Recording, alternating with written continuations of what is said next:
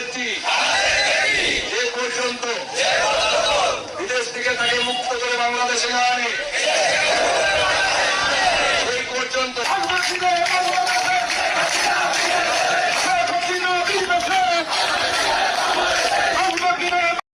দেশরত্ন শেখ হাসিনাকে দেশে ফিরিয়ে আনার জন্য প্রত্যেকটি জায়গায় আওয়ামী লীগ জনসভা করছে এবং তাদের প্রস্তুতি দেখে মনে হচ্ছে যে তারা দেশরত্ন শেখ হাসিনাকে দেশে নিয়ে আসার জন্য প্রস্তুত।